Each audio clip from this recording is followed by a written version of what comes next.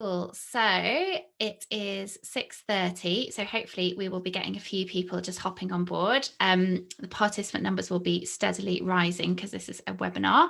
Hello and welcome everybody. This is the fourth, I think, interview in this series. I'm just going to wait a couple of minutes before we kick off, but yeah, really delighted this evening to welcome Anna Kessel.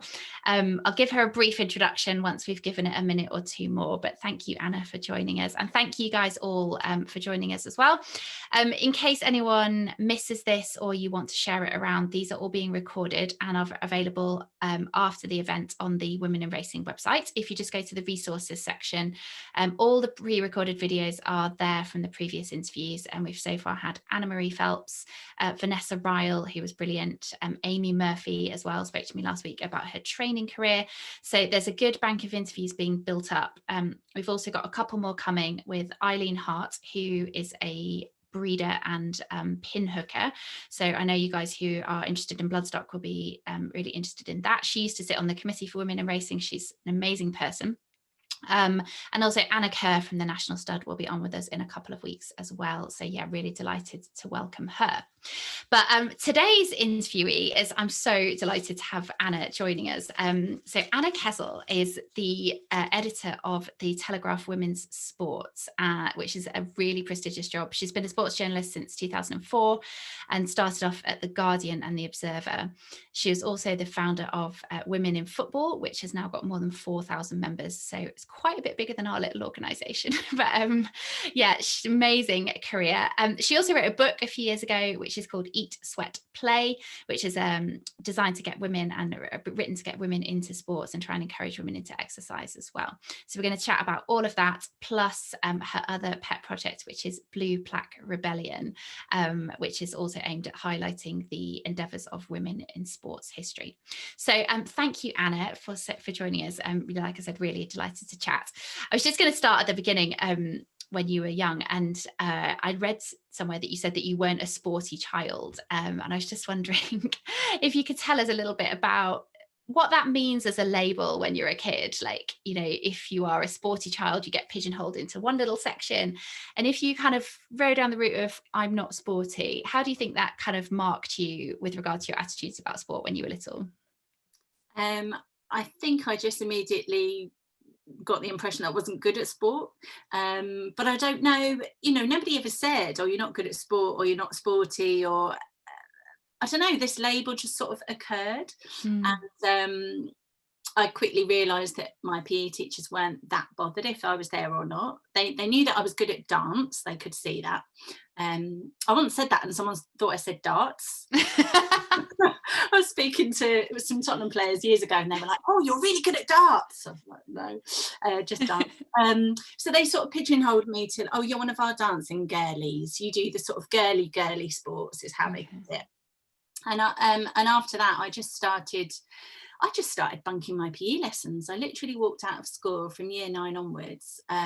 It was really easy. I never got in trouble for it. And I suppose that gave me the signal from my school and from my teachers that they really weren't bothered if I was at PE or not, which I think is a shame. And I tested out that theory because I also tried to bunk a maths lesson because I wasn't that bothered about maths either. And all hell broke loose. And I got a letter home and a phone call to the parents, and it was a really big deal. And I suppose it's that really stark contrast between how, obviously this was years ago because I'm ancient, but I think even today, PE still isn't a core curriculum subject, and we still don't treat it.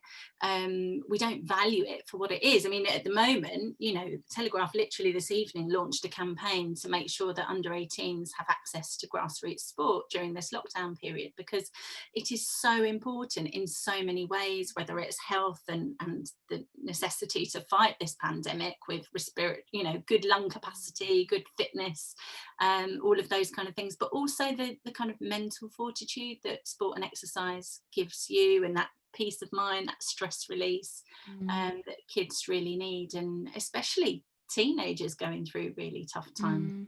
So that's quite a long-winded answer, but you know, it yeah, definitely I was labelled as not sporty, and I didn't really know why, because you know, I've got a sneaking suspicion that I could have been all right at sport if Well, I I did see a little something that said you might have had an inner talent as a rower, actually. And one of my previous interviewees was Anna Marie Phelps, who she was an Olympic rower, actually. She's now the chair of British horse racing. And it's such a shame, though, isn't it, that you kind of think that you didn't really get the opportunity to investigate those things, to see whether actually something outside of the kind of status quo of school sports, as it were, might actually be for you. And you mentioned dance there. I think it's really important that schools talk about other options for exercise, as well as the kind of hockey or netball or whatever, because actually some people want to do yoga or dance or gymnastics or whatever it is. And I think it's great that that seems to be gaining a bit of traction. But did you take a lot of exercise and stuff when you were in your teenage years, or were you just kind of like not really bothered at all?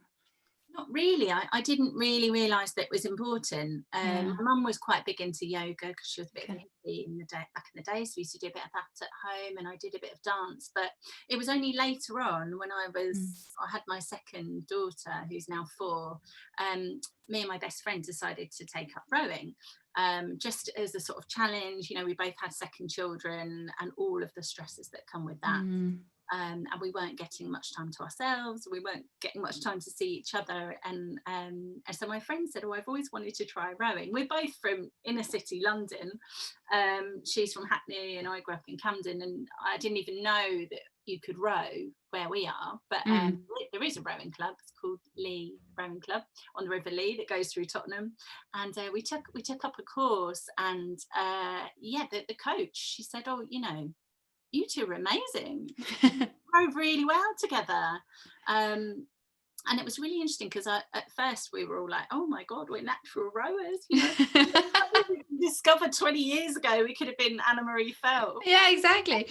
Anna Kessel at the Olympics. Oh, no, exactly. But it was really interesting because what she said, the reason why we were rowing so well, we were double sculling together. She said, oh, how long have you known each other? And we said, oh, I don't know, about 25 years. And she said, oh, that's why, because you've got that synchronicity, you've got that intuitive, Mm. and you know, I'd never ever considered that sport, that friendship and knowing each other and having that sort of confidence in each other and all the things that go along with female friendship could make you really good at sport. Mm. And that was such a revelation to me, because I think female friendship is always sort of talked down, it's a bit fluffy or a bit catty, or you know, it's never really anything powerful or transformative. But here she was saying that's why we were good at rowing, because we were good Mm. friends. That's such an amazing lesson, isn't it? Is that kind of bond that you build with your friends is actually translating to increased performance. And I think it's a lesson for the workplace in general, I suppose, isn't it? That actually, if you've got strong bonds and a good team ethic and you know one another and you know how each other work, it's almost that thing of being able to kind of finish each other's sentences, or, you know, just that intuition that comes with knowing someone really well is actually just a very powerful thing, isn't it? It is, yeah, and I think that is one of the reasons why networks like Women in Racing or Women in Football Mm. are so important, because you need to have, not that you can only work well with women, of course, you should be able to work with everybody, but you know, sometimes when you're in an environment that's perhaps not that supportive, and you need a bit of more people that are like you, then that can be really, really helpful and really Mm. help you in your career. Definitely. And at what point did you realise that journalism was the path for you? Because you went to do English lit at uni. Did you kind of always know that that was something that you fancied, or how did that come about, Anna?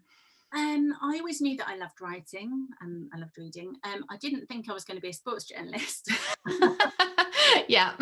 As discussed, not massively sporty. So it seems like a kind of circuitous route, perhaps a little bit. Yeah, I suppose I always, you know, I enjoyed watching sport. Yeah. I'm from Yeah. North London. My school were obsessed with Arsenal men's team, because at Yeah. that time Arsenal women's team Yeah. was, you know, not very well known, unfortunately. But there were Olympic heroes when I was growing up as well that I remembered. Mm. And I started writing these really sort of geeky notes.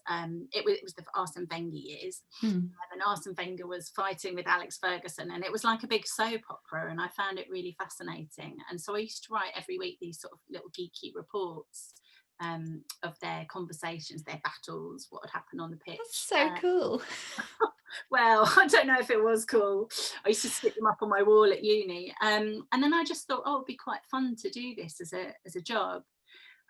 Really having no idea how very competitive it is and how hard it is to get into sports journalism, or any journalism really. But sometimes naivety serves you well.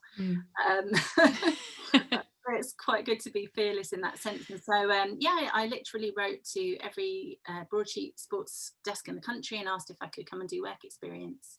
And I was lucky enough that the Observer said yes. Amazing. And a job came from the back of that work experience, did it? Yeah, it did take a long time.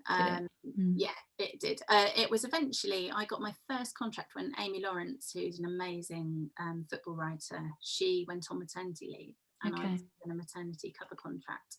And it's one of the reasons why, among many, that I think maternity and paternity leave are so brilliant, because it gives people opportunities. It's just, I just think it's a wonderful thing, and it frustrates me that people see it as a negative. So you started at the Guardian and the Observer in 2004. Can you give us a bit of a flavour of what the lie of the landscape was like at that time? Because I suspect it's maybe a little bit different now. What was it like back in those days? I mean, it's not a million years ago, but I guess we're talking 16 years ago. So there's been a lot of change in 16 years. What was the press box, and particularly at football? I know you did a lot of football correspondence. What was it like when you first started, when you were in your early 20s? Well, first of all, there was the Observer Sports Desk itself, and I've got to give a shout out to Brian Oliver, who was the sports editor at the time, and we called him the Gaffer, and he was so into horse racing. I mean, knew his racing inside out, and he was just brilliant. And we'd often have days out at the race course and all that. Cool. That was Brighton, so cool. Down there, and his kids would come along, and his 6-year-old son knew more about racing than anybody else. It was it was a real education. But they were very supportive at the Observer Sports Desk, which was great. They gave me a lot of opportunities. Oliver Owen as well, the deputy there, and people were kind. But when I went out and about, I can't lie, there were a lot of people that gave me a funny look, and it was a sort of, I think a lot of the time it wasn't malicious, it wasn't intentional, it was just genuine confusion. Like, what are you doing here? Are you waiting for your boyfriend, was a common question. Do you actually like football, or do you actually like sport? Are you a fashion journalist? When is the tea going to be ready? And some less pleasant ones as well that were sort of, made me feel uncomfortable. And all of that was, you felt like you were constantly having to prove yourself, which was hard work at times. And very rarely you saw other women in the press box, or even just at grounds, really. You'd sort of, you'd be glad if you saw a female reception or a female anything, really. It was quite a comfort. But there were men who were supportive, and there were men who weren't, and it was quite clear who was who. Yeah, I'm sure. And so football was mostly what you wrote about in the early days. Obviously, you've kind of broadened your reach quite a bit now, but at what point did you realise the need for women in football, and how did you go about kind of setting that up and establishing that as what has obviously become a very, very successful network in sport? Yeah, well, it came from those experiences of going to matches and not seeing the women there. And, I was young, and I just felt like whatever's thrown at me, I can deal with it. I've got a thick skin, I know that I can do my job. And that's kind of the end of it. But the more I thought about it, the more I realised, well, it's not just about you. And also, why are you having to leap over these additional hurdles that other people aren't having to? And if expending all that energy having to do that, is that holding you back in other ways in your career, and what other ways are you being disadvantaged, basically? So I thought it might be a good idea to try and get some women together and just have a bit of solidarity, just know when other women in the industry that I could talk to. Not to say that instantly all women are your allies and your friends, of course not. But I think there was a certain sort of certain understanding, I suppose. So yeah, the idea for a network came about. Initially, I approached the FA, the Football Association, and I had a meeting with Kelly Simmons, who's still there. Oh, yeah. An amazing woman, and she'd never really met me before. I was only, I don't know, about 26 or something, and I just walked into her office and said, please, what do you think about this idea? And she'd gathered together a number of women from the FA, and she said, I think it's a brilliant idea, and why don't we host a lunch here at the FA, which at that time was in Soho Square, for maybe 30 women across the industry, across different roles, and bring you all together. And I said, great, let's do that. We'll have a sort of professional networking afternoon. And then a little bit of time passed, and I was told, not by Kelly, but by somebody else, that word had got up to the more senior elements of the Football Association, and they were very worried what the FA Council would think about this. So the FA Council at that time was 92 people, 92 councillors, and 91 of them were men. Good grief. Yes. That's not that long ago. No, really, is it? Not that long ago. No, it was 14 years ago, I think, 2006. Yeah. The ratio is still very much stacked in men's favour, but it's not as bad as that. Anyway, the word got back that they would feel quite uncomfortable about the idea. I can't say it with a straight face. Well, it is laughable, isn't it? Like, really, when you think about it, it's ludicrous. Yeah, exactly. What do they think is going to happen? Everyone's going to burn their bras in Soho Square. A cup of tea and a sandwich and talk to each other. Yeah. But anyway, I suppose it is powerful when women talk to each other and when they get together. And so, yes, unfortunately, it didn't work out at that point. But along the way, I met a woman called Shelley Alexander, who was an amazing woman at the BBC, and she'd heard that the FA had wanted to help, but ultimately we'd been spurned by the blokes on the FA Council. And she said, what, we don't need any money to do this. We don't need the backing of a governing body. Let's just do it ourselves. We'll make the tea, we'll make it work. And we did. And it started off, our first event was at West Ham. I think we only had about 30, 40 people there maybe. Heather Rabbats was there. Who at that time was vice chair at Millwall Football Club, but went on to be the first woman on the board of the FA some years later, and has now set up a women's sports marketing agency. And she spoke to us, and she was incredible. She stood there in her heels and delivered this amazing speech. She was on the board of the Bank of England and Channel 4 and all sorts. She's quite the woman, isn't she? Oh, she's incredible. Yeah. I mean, there are these iconic women in our sports industry who, like Anna-Marie Phelps and others, who I'm just so grateful that they're there. So yeah, and it all started from there. And all these years later, we're now 4,000 of us, and funded by Barclays, and have regular events and a leadership course and all sorts. That's amazing. I've got so many questions, but I meant to say at the beginning, if anyone else has a question as well, do pop them in the Q&A or the chat box, and I'll be monitoring that. So if you've got a burning question for Anna that you want to ask, do pop it in, and we'll weave them into the conversation. I'll keep an eye on that. So if anyone else wants to ask a question, do feel free. But I was going to ask a few things just before we get on to your work at Telegraph, but just about equal pay in sport, Anna, really, and kind of the landscape on that. And obviously tennis has worked hard, and Wimbledon has equal pay now for male and female players, and surfing, which is a sport that I love, the World Surf League's done tons for increasing the profile of women surfers. I know you feature quite a lot about that sort of thing, and there was an article in the Telegraph this week about hockey, and Alex Danson doing quite a bit of work on that.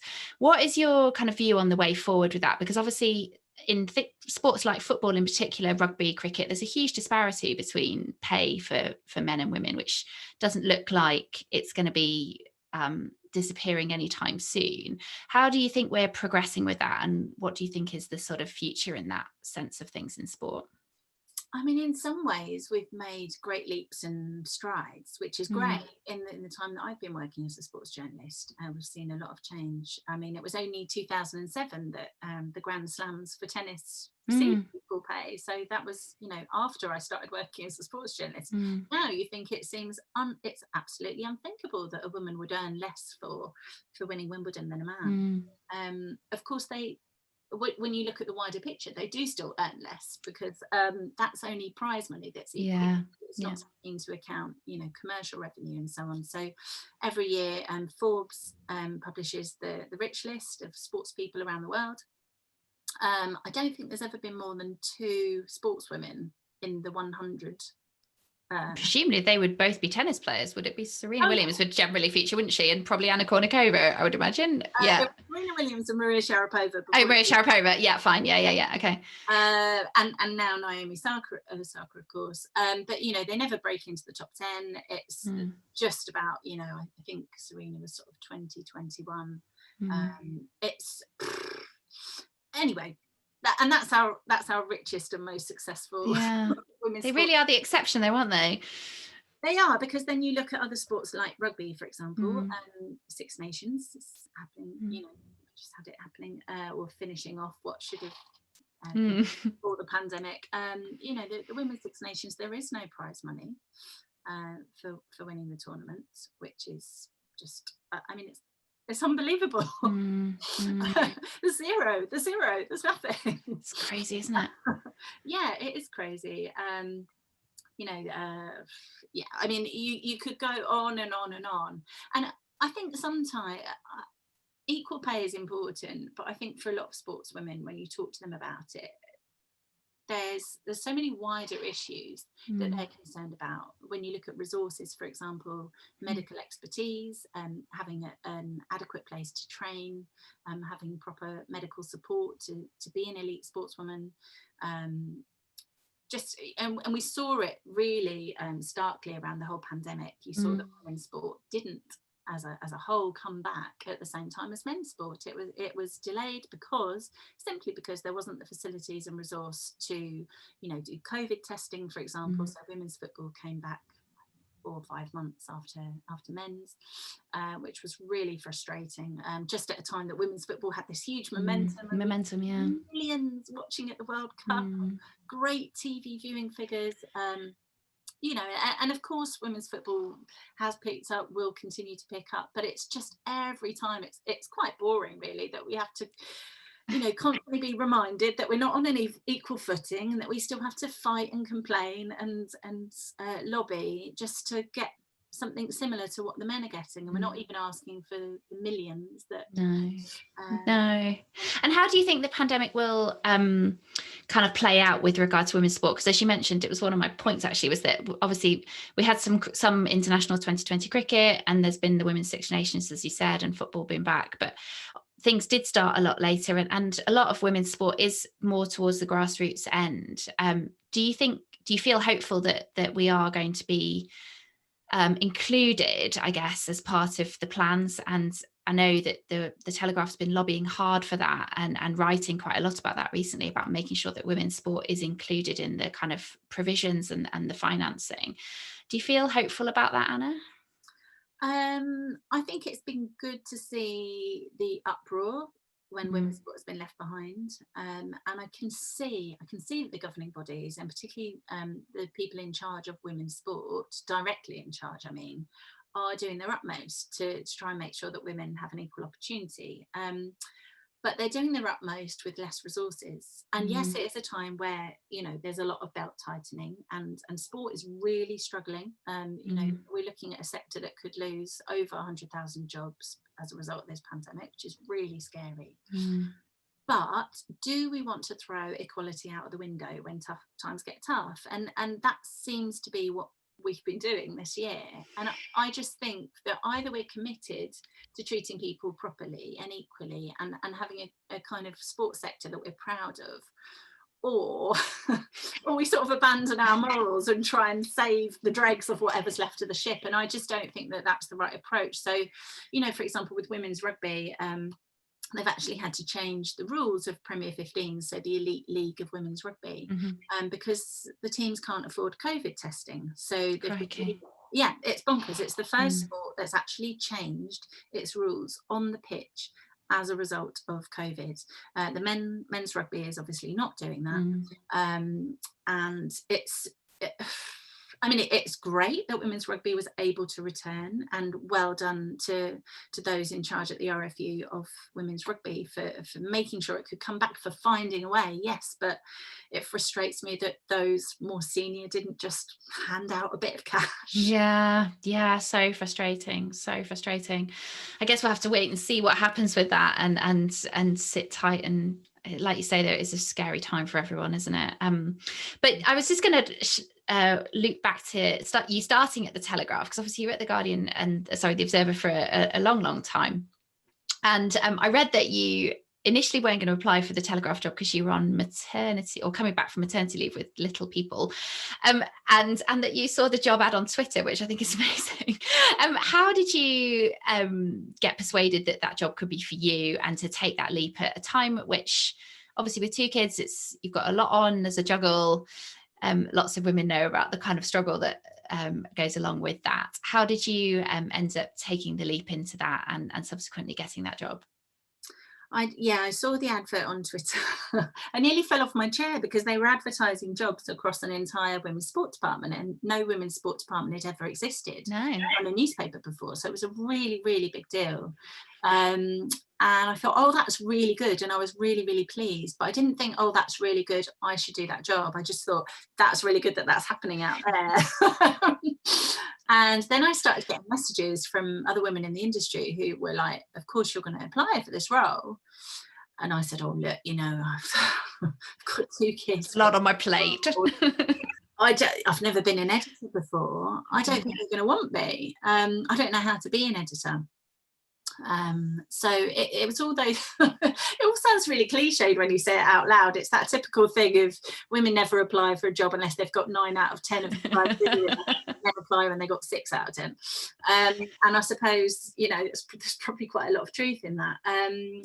But yes, and I just kept saying to people, I know what the media is like. I know what sport's like. It's really 24/7. And I'm sure you've got people, especially in horse racing. I mean, wow, that's a sport where it's really full on. And when you hear the stories of jockeys and how they're flying around the country to compete at however many meets a day, I mean, it's absolutely incredible. And the trainers and everybody else around the clock are doing. So similarly in media, the hours are difficult. And it had been quite tough becoming a mum in our industry. There aren't very many mothers in sports media, unfortunately. And really, because it's a 24/7 business. And it's unpredictable. It's a lot of weekends as well, and it's a lot of weekends and evenings. So how do you make it work? And so I very nearly didn't. And at the 11th hour, literally with about an hour to go before the deadline, so many people had messaged me. I just put in an application, and I really slung it in, and I just thought, I don't know if they're going to want this.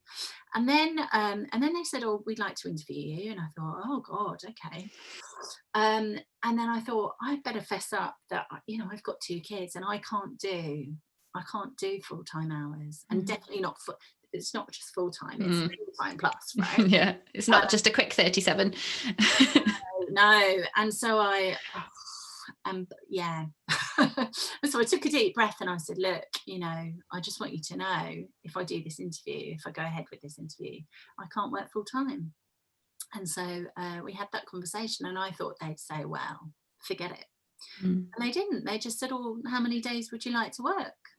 And I said, well, 3. And they said, okay. They said, would you like to do a job share? I said, yeah, okay. Yeah, that sounds good. They said, have you got anyone in mind? I was like, no, I'll have a think. And it was the first time really that anybody in the industry had ever said to me that it's possible, that job shares can happen. Because I'd always been told that is not possible in sport. Yeah. most. It really, really blew me away. And everything about the Telegraph, since I've joined, and we're not just saying this because they employ me, it genuinely has been the case that they've been incredibly supportive, not just to me and to my deputy Vicky Hodges, who's also a working mum, but when I joined, there was a sports editor who was on paternity leave for 6 months. Wow. Yeah, he came back, and then the sports editor senior to him went on paternity leave for 6 months. That's incredible. Really incredible. And I just thought, oh my God. And nobody was falling off their chair. Nobody was horrified. They were asking, how's your son? Like, they were having baby chat on on conference calls and meetings, and things that as a mother I would have been worried to talk about my child. Yeah. And actually that's wonderful to hear, because I think from the outside people might look at the Telegraph as very kind of traditional newspaper, kind of would have often quite an older readership, and you wouldn't think necessarily that would have these incredibly progressive working practices, which is so wonderful to hear about. Particularly men in the sports desk taking 6 months of paternity leave is just almost unheard of. And actually, interestingly, and we've been doing a project with women in racing in Oxford Brookes University looking at working mothers in the racing industry, and actually the number who say even my partner or my husband couldn't take 2 weeks of paternity leave and felt this pressure that you had to be back, it's so wonderful to hear that in the media industry you have got that kind of progression of shared parental responsibility, and which allows you the capacity to have that career that you really want and deserve. And actually it's amazing, for anyone that doesn't know, the women's sport at the Telegraph has a monthly print edition that's entirely dedicated to women's sport. There's online, there's Instagram and Twitter, and there's a whole section on the website that's just purely devoted to women's sport. I didn't explain that terribly well, but it is very unique, has won loads of awards, and it is unlike any other print journalism or any other online journalism of the broadsheets in this country, with the dedication that they have towards showcasing women's sport. And Anna is really at the forefront of all of that. And I think now that you've been in that and you've had all this recognition, rightly so, and Telegraph has had a huge kind of nod from a lot of other areas for the work that they're doing, do you think the other newspapers will start to follow suit when they see how much benefit and positivity you guys are bringing with what you're doing there? I really hope so. I mean, I think it's been noticeable that in the time since we've started, which is about 18 months now, other newspapers have kind of invested in their women's sport and invested in female journalists in a way that they hadn't before. But nobody has done a kind of wholesale shift. And I think that it's that thing of, do people want to invest in women? And whether it's investing in female athletes, whether it's investing in women leaders in sport, whether it's investing in women's journalism, or women journalists. They don't have to be writing about women's sport, for example. They could be writing about men's sport or just sport, men and women. I think there's often this sort of hesitancy. We're not sure, are they going to be good enough?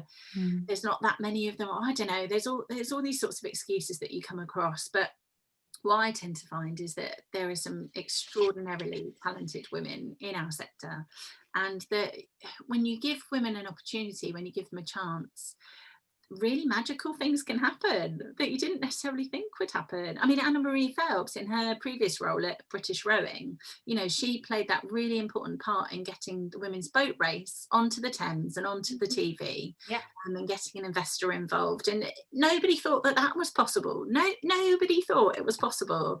And together with Helena Morrissey, the investor, they made history, and women's rowing was front and back pages.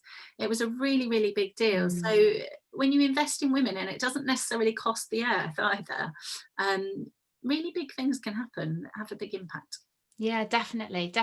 And each of your print issues has a theme. This month's been Black History Month. You've previously had ones on like female friendship, as you mentioned, and motherhood and activism, LGBTQ issues. How do you decide what the theme, as the editor, what the theme of each of those is going to be, and how do you keep that fresh going forwards without appearing too repetitive? That's a good question. I don't know. I suppose it always feels like there's a million things to write about, and there's so Mm. much that hasn't ever been written about, that it's not that hard. We're not scratching our heads around, Mm. and it's really exciting. The point of the supplement. So, I mean, we have women's sport coverage every single day Yeah. Yeah. across the daily section and across our digital channels. But the point of the supplement really is to create a slightly different space that isn't dictated to by what happened in sport on that Yeah. particular day, but that can explore issues in a much wider way. And Mm. also we work really closely with the design department, so that it has a very different kind of look and Mm. feel than a typical sports section. It's really eye-catching, I have to say. Your covers are brilliant, and Dina Asher Smith was on the cover of this month's one, and she is fantastic. Like, they're really, really classy and amazing. Yeah, it's really important that we have a lot of colour, that the design element is in. I suppose the thing is, what I've grown up with, and what most of my friends do, is that when they pick up a newspaper, they get to the sports section and they chuck it out. Honestly, that's what most of my female friends do. And I wanted to create a sports section that they wouldn't go, there's nothing in there for me. No. That they'd pick it up and they'd go, oh, actually, this, this speaks to me. And even though it's about sports, what's the difference between sport and anything else? It's all just about humans. And ultimately, some of the best sports journalism is those human stories and those kind of highs and lows and compelling reads. So yeah, we've really worked hard to try and draw in a new audience, and I hope it's working. Well, it is brilliant. It is brilliant, definitely. There's a few questions coming in, Anna. One of them actually just on what we've been talking about. Can you tell us a little bit more about job shares, what they are and how they work? I don't think many people will have come across them in horse racing. Yeah. Oh, good. Let's get a movement started. To hear that you've been collaborating on some academic research. Yeah, amazing. Yeah, we love that. And Oxford Brookes actually have done some stuff for us before, and they are really fantastic. So yeah, definitely give them a big nod. Yeah, well, please let me know once you've got the results. I'd love to see those. Mm. We can write about it. But what is a job share? I guess it basically means, in the sense of me and Vicky, that it was a full-time one person's job and it's been split across two different people.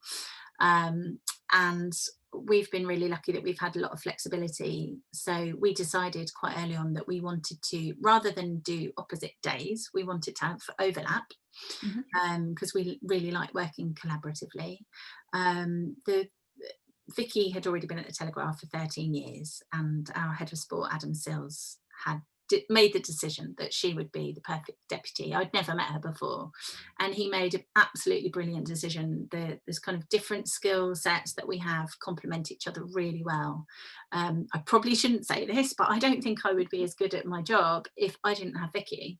I think the contributions that she brings to our sports coverage just takes it to another level. And I mean, and when you think about it in really basic terms, instead of having one person's brain working on something, you've got two. And that's just incredible. And I think we always see job shares as like some sort of annoying thing that annoying mothers want because they want to be at home with their babies. I don't know, something silly. But really, I think we have to sort of change our attitude about part-time work, about totally.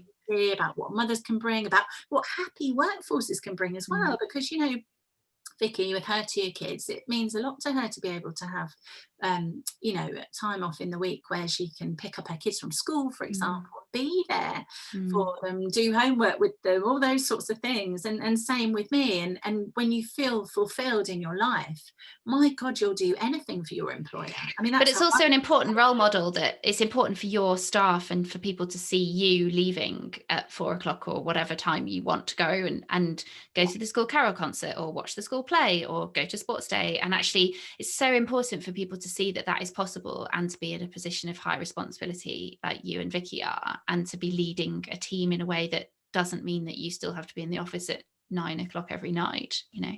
Yeah, absolutely, which is the tradition in sports media.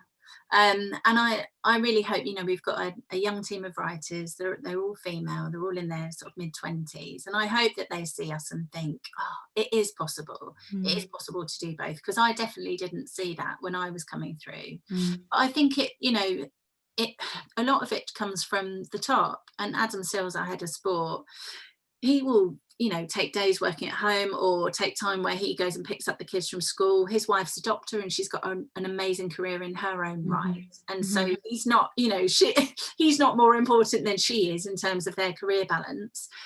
He's also got a very holistic approach to work. So on Thursday lunchtimes, we have to have one of our meetings at a different time because he does yoga.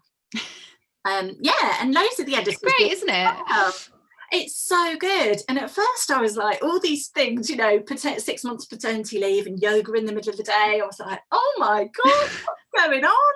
I just, I'd been accustomed to this very sort of hardcore, very like macho industry where you never show any weakness, and anything that's not 100% sport is seen as a weakness. That's kind of what I was accustomed to. And actually you see the strength that everybody gets from living a much more rounded life. Definitely. Oh, I couldn't agree more with all of that, Anna, to be honest. Okay, a couple more questions. Women in horse racing, mostly jockeys, are usually the poster people of the sport. They are the shop window. Often female jockeys tend to stay clear of the debate around opportunity in horse racing, as they just want to be jockeys. Do you think this is something that may stop the messaging around female participation getting through and hamper opportunities? Yeah, that's a really interesting question. And I've found over the years that exactly that female jockeys get frustrated when they're asked about gender and opportunities. And I can appreciate that too. God, if that was all I was ever asked about, I'd get really huffy too. I'm an athlete and I've just won a race, and all you want to know about is the bad stuff.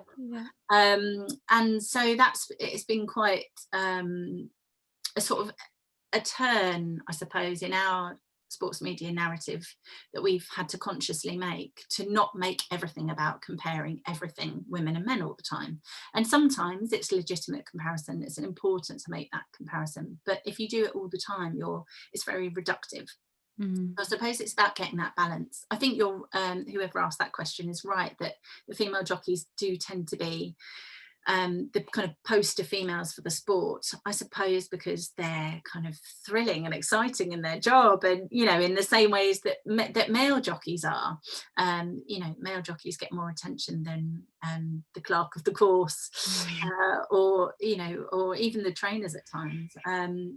But I think the thing about covering women and men's sport is that you can't literally transpose what you do with men's sport into women's sport. You do have to do things slightly differently, and I think there's a really good argument to make sure that we profile and champion more women across the industry in horse racing. Just because we don't necessarily do it with men in horse racing, there might be a reason that we need to do it more with women. I think sometimes you have to do things differently. Definitely.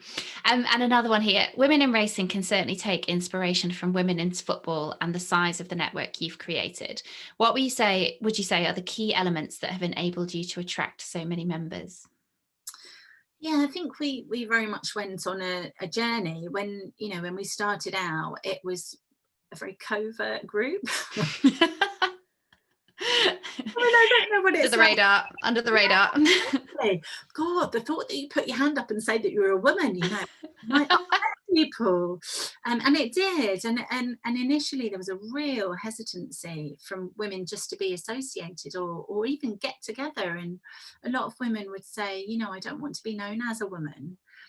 I am a woman, but I want to be known as a professional. And this kind of reluctance to just embrace the fact that you are a woman, and everybody else notices it. You can't get away from it. I used to do this thing when I started out as a sports journalist where I'd never wear skirts or dresses because I just thought it would make me too conspicuous as a woman. And then I just realised that it's completely pointless, because of course you're conspicuous as a woman. It doesn't matter what you wear. So I started wearing pink jeans and pixie boots to football matches, because I just thought, makes zero difference, I might as well be myself. Absolutely. So I think, but and as the amount of time that women in football has been around, there's also been a lot of cultural change, and there's been this whole sort of so-called fourth wave of feminism, and it's made it much more acceptable for people to talk about women's equality, and not feel apologetic about it. Whereas I think when we started, people were very nervous to talk about it. So that's been really good. Also, the very fact that there is sexism in the workplace, and specifically in football or in sport, is no longer a taboo. It's quite ordinary to have coverage of that. It's quite ordinary to hear women speak out, whereas it definitely wasn't at the time. And it was really seen as taking a risk to put your head above the parapet and complain about anything. So I'm glad to see that that's changed. And I think it's just become a much more mainstream thing to be part of. And so men have jumped on board with women in football, and that they've wanted to be a part of it. We've had some recent additions to the board. Paul Barber, who's the CEO at Brighton Football Club, which is amazing to have him involved, and Kelly Simmons, who I mentioned before, who's head of she was head of the professional game at the FA. So, you know, amazing to have women and men like that. I guess we've just become more part of the establishment. The challenge then is to make sure that you still remain independent, that you don't, you know, so I think once you become embraced by the sector, you need to make sure that you don't that the inequalities don't become normalised, that your friendships and working relationships with governing bodies that you might need to challenge don't go unchallenged. You're still, you know, you're still lobbying on behalf of the women who need your support and your help. Yeah, definitely. That's such a good point, actually, because it's almost like with increasing size and increasing power, you become part of the kind of status quo in its own right, don't you? And actually maintaining that degree of challenge and independence is really important, but I imagine can be quite tricky at times. Last one popped up here, although we have still got a few more minutes. So if anyone else has any other questions, do pop them in. What are your top 3 career tips for getting to where you want to be? And do you think owning your gender/womanhood is a positive? Oh, it's always tough to get top 3. Yeah, I think you've got to own who you are, because you can't really run away from it. You've got to bring your whole self to work unapologetically. Otherwise, I don't think you can really truly flourish. And you know, in many ways, I think before I had this job at the Telegraph, I probably did sort of, you know, feel slightly apologetic about things, and slightly unable to really be myself. I felt like the fact that I was a mother, for example, was an inconvenience to colleagues, and now I feel that it's just part of me, and in some ways it gives me a strength and an empathy with some of the subjects that we're writing about, which is really important, and a value. In terms of top 3 tips, I would say sort of along the lines of that point about being yourself. You know, there's that book called Lean In, that was written. I really hate that title. It really annoys me, because it sort of puts the onus on women to solve the problems. Yeah. If only you would lean in, if only you'd ask for a pay rise, it would all be fine. It's just you're not confident enough. And I think, you know, as women, often we internalize those sorts of criticisms, and I often felt like, oh, I should be more confident. I should put my hand up in press conferences more and ask more questions, be more daring. I should ask for a pay rise. I can tell you honestly that the times that I did stick my head above the parapet and ask for pay rises, and ask difficult questions in press conferences, I got slapped down really quickly. Did you? Very senior men. Yeah, I did. And I know that I'm not the only one. There was an article in The Athletic recently that Sarah Shepherd wrote. It was focused on women in football, in the football industry, and there were many stories of, you know, women who'd put their hands up and complained about stuff, and then were treated really badly off the back of it. I remember but in press conferences, for example, being patronised. I was told by a very beloved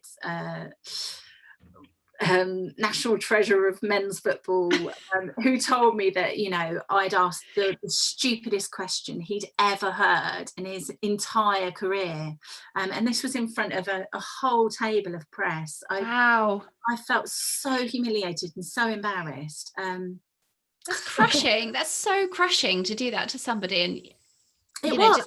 But then, when everyone had gone, he came over and found me, and he said, "Oh, I'm ever so sorry, Pet. You know, Pet." Yeah, he realised that he'd been out of order. Okay. but he didn't apologise publicly. He did No. it privately. And, Mm. and when I went away from it, I realised that the question that I'd asked was actually really important, and Mm. it'd been the one that had upset him, and that's why he'd got annoyed. But so all that sort of encouragement about if only you would just be more confident is a nonsense, really. Of course it's important to be confident and to believe in yourself and put yourself out there, absolutely, but the stark reality is that if you're not in a supportive environment that wants you to flourish, that wants you to be your best self, it's always going to be really hard. It's always going to be a fight. So the more that you can find allies at work, mentors, it doesn't have to be part of a mentoring scheme, just kind of natural mentors, and you don't have to have just one mentor who's this sort of a divine appointed person. I've found that I've had many different informal mentors over my career, and that have helped me with different things in different ways. But yeah, those supportive people who you can see that they want to help you Mm. make a big difference. It's really important to acknowledge that actually sticking your head above the parapet and being brave, whilst it's encouraged by a lot of people, is not always easy or necessarily the right thing for you as a personality.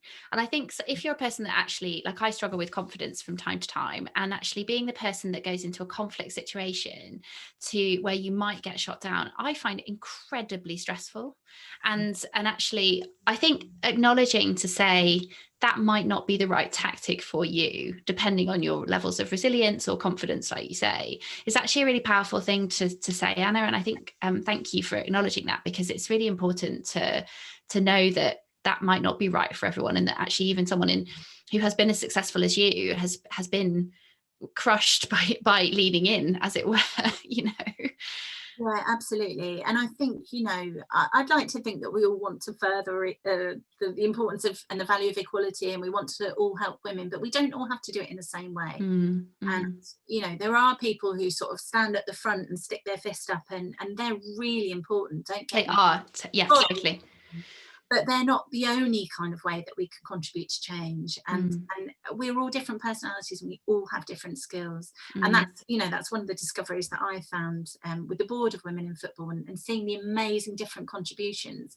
I didn't necessarily we were all just different people. We weren't all best friends, but the skills that we brought to make it the project work together as a team were phenomenal. And I'm sure that you have the same experience at Women Racing as well.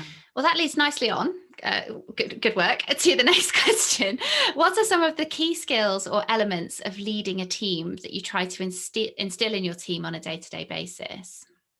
Yeah, that's really interesting. There was an article at the Harvard Business School a couple of years ago, and it was all about leadership and looking at gender in particular. And they talked about how leadership qualities are very much seen as quite a confidence-based, quite aggressive, a very particular style of leadership.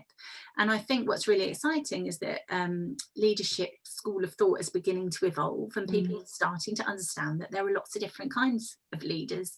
I'm a very naturally shy person who's a bit disorganized, sometimes a bit scatty, often self-deprecating. I don't have this sort of hard exterior.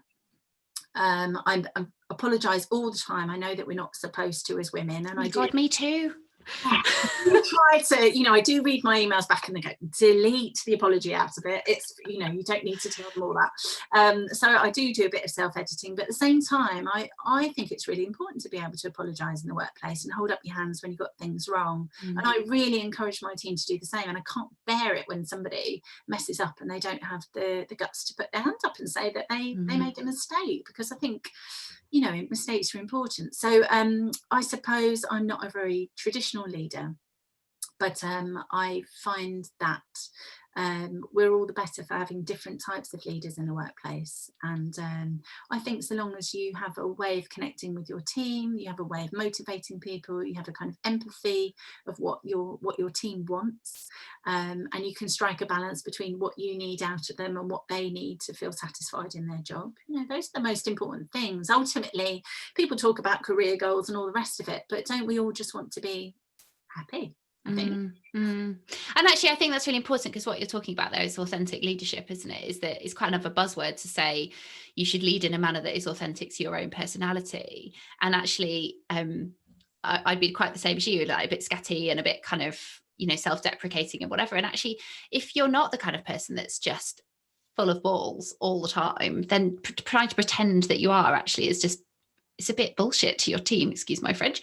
But people see through that really quickly, don't they? That they know that that's not what you're really like. A few more questions. What would you say individuals can do to drive forward supporting each other in sports? Oh, that's a big question. By individuals, do they mean women or do they mean everybody? I presume so. I think probably women. Okay, I guess it comes back to what we were saying before, that it's really down to where you feel your strength and comfort zone lies. So you might be that person that sticks their head above the parapet and speaks out, but it might be that you're doing things behind the scenes. Maybe you're reaching out to a junior female colleague and asking them whether they'd like to go for a cup of coffee or have a virtual chat, ask them how they're getting on at work, take an interest in their career progression, encourage them to go for a job. All those things are, don't need to be a kind of major work project. They can just be a kind of an odd message here and there, but they make a big difference.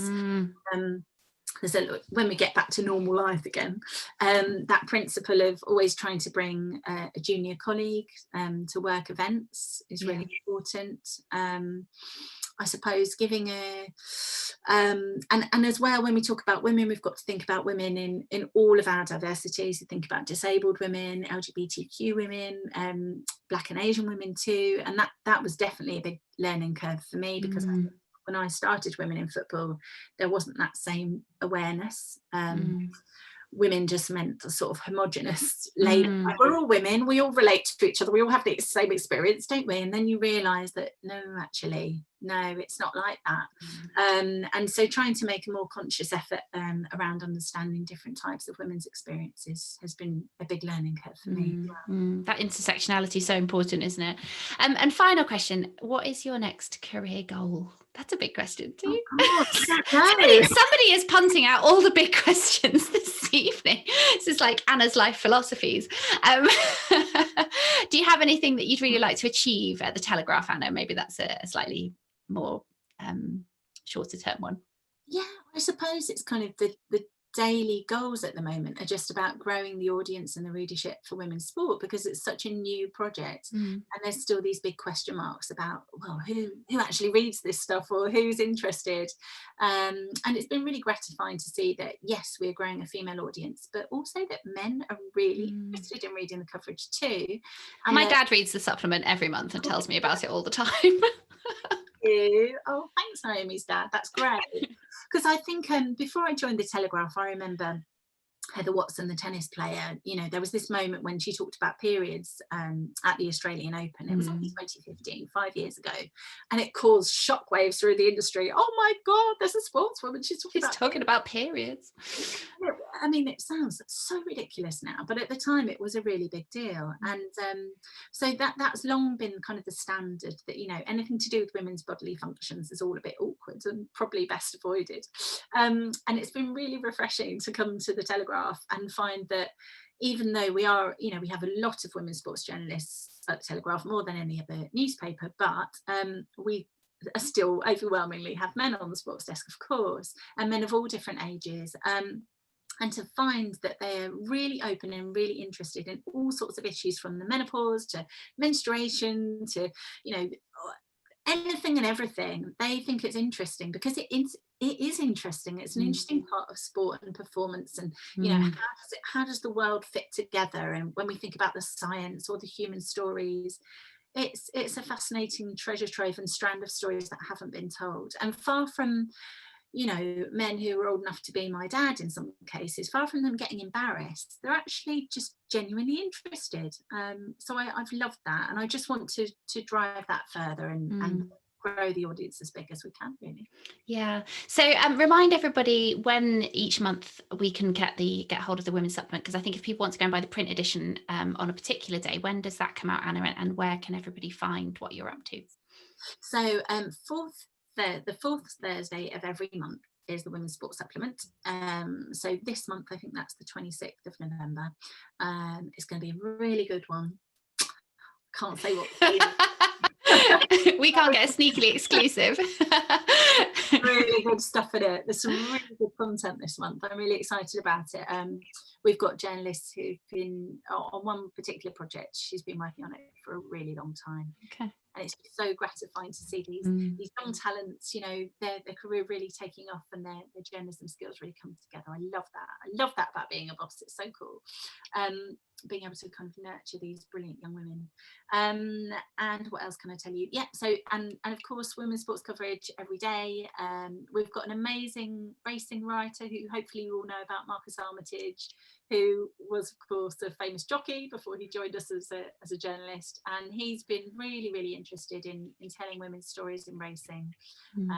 He's really excited about Safi Osborne, who's some of you know, the young apprentice jockey, and recently interviewed Holly Doyle. Yeah, that was great. He wrote a great piece about Holly, actually. I shared that on LinkedIn. He wrote a really nice piece about Holly after Champions Day, didn't he, about everything that she's been doing. So yeah, Marcus is a great writer, and I know lots of people will obviously be aware of his work. So, well, yeah, and thank you so much, Anna, for everything you're doing. And where can people find you online if they want to have a look at you and follow what you're up to? So on Twitter, it's Anna_Kessel, and that's where I put most of my work stuff, and then I'm on Instagram as well, Anna Sophia Kessel as well. Lovely. And do have a look at the Telegraph Women's Sports are big on Instagram, actually. Lots of followers there and lots of stuff going on Instagram, which is great, and Twitter as well. So do have a look at that. Anna, thank you so much for your time. I'm aware we're just about run out, but this has been such a brilliant chat. If anyone has any follow-up questions and you want to ping them over to us at Women in Racing, we'll try and facilitate any follow-ups. If anyone who's watching this back has got any burning questions for Anna or wants to know anything about getting into careers in sports journalism, and people who may have a kind of ambition and desire to make that their field, we could do with a few more female racing journalists. Please, yeah, if you know anyone, encourage them to get in touch as well. They are like hen's teeth, so we definitely need some more girls, and certainly in the racing department. So if there's anyone watching this with daughters, or they themselves are interested, then definitely hit Anna up for that as well. So thank you, Anna, so much. It's been an absolute pleasure, and we'll see you guys all in a couple of weeks. We'll be posting a bit. Anna Kerr, as I said, is my next guest, and she will be on in a couple of weeks, so we will post that up soon. Thank you very much, and good night, everybody. Thank you. Bye, Anna. Bye.